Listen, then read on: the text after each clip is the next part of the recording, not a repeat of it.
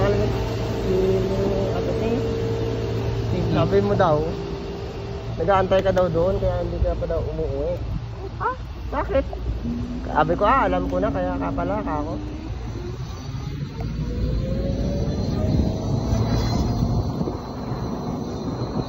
Buti na lang, andyan ka. Wala, hanggang November 3 lang, 30 lang to. Hindi na magagamit to. Oo. Bawal na gamitin to. 3-6 ang violation.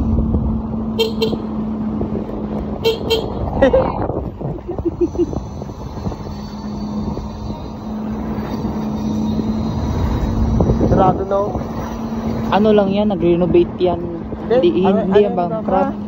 Hindi na bankrupt. Tapos talaga ang ano, tapos na ang kontrata niyan, gwapa. May kontrata yan. Ah, ang ganun pala sila dito. Family Mart, High Life, ano pa ba, yung OK Mart. Lahat yan sila may contract, 15 years or 10 years. So ibig sabihin, pag kasi na 12 years na oh, ako dito, tapos may 3 years siguro, 15 years siguro yun. May pag na-consume mo yung ano nila, yung binigay nila sa'yo na tawag dito, na kontrata, kailangan mong gibain yan. Ibabalik nila sa'yo yung bayad dun sa construction yata dati. Di ba? May refundable yun. Ngayon, pag nalugi ka dyan, hindi nila kasalanan. Kailangan matapos mo yung contract mo. Pag natapos mo yung contract mo, saka nila ibabalik yung bayad sa construction na yan.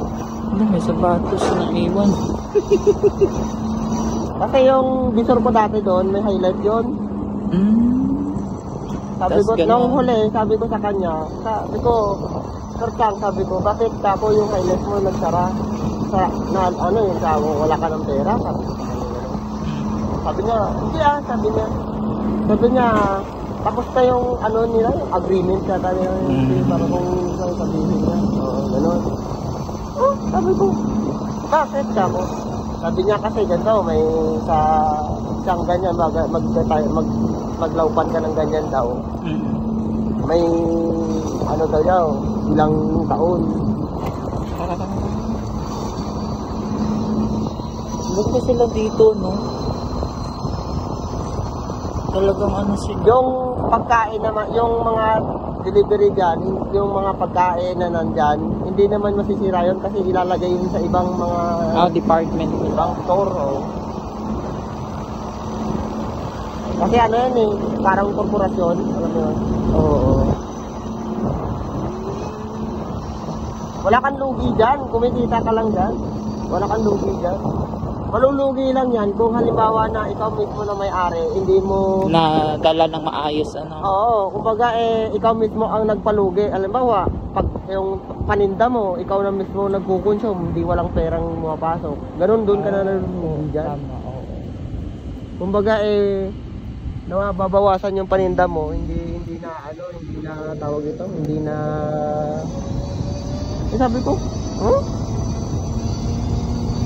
ganun pala yun, kako. Sabi niya, lahat yan. Sabi niya, lahat yan. OK Mart, yung High Life, Family, 7-Eleven. Kasama yan, sabi niya, lahat. Sa Pilipinas lang ang hindi. Sa Pilipinas, lifetime yung ano sa atin, yung kontrata dito. Parang consumable, tawag. Parang ganon. Consumable ata tawag to.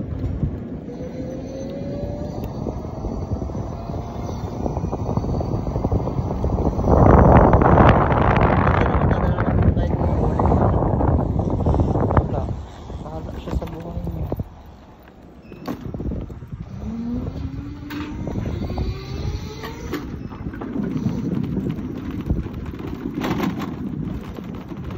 Wow!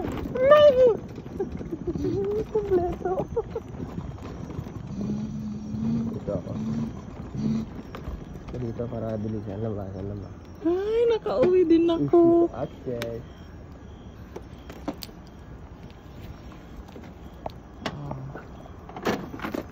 Ba? Salamat sa nagpaangkas sa akin. Nag-video ako Inano ko sa ano. Ito yung bagong namin, apartment.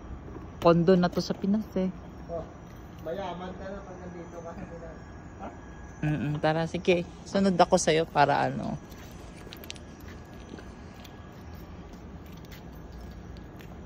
Ano yung ano mo, oh? Baby shark.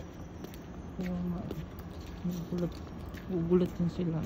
Bakit nandyan yung baby shark ko? Ano to eh? Metal detector? Yan. Oo.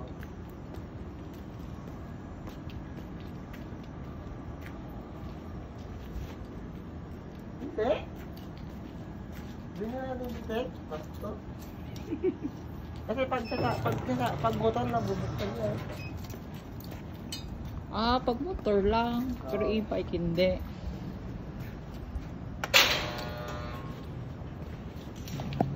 Bahay namin.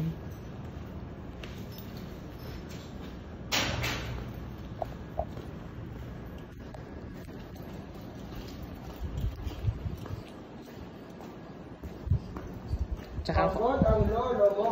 tsaka ako mag-chat kay Billy. Umuwi na ako. Huwag mo na ako hanapin. Nag-uwi na ako ng nakaangkas.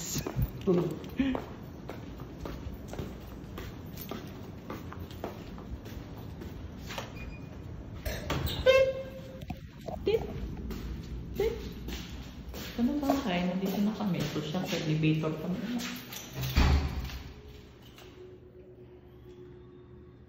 High speed mo. Kaya mo. High speed oh. Marinig mo yung tunog niya. High speed to. Kasi wala pa lisensya to.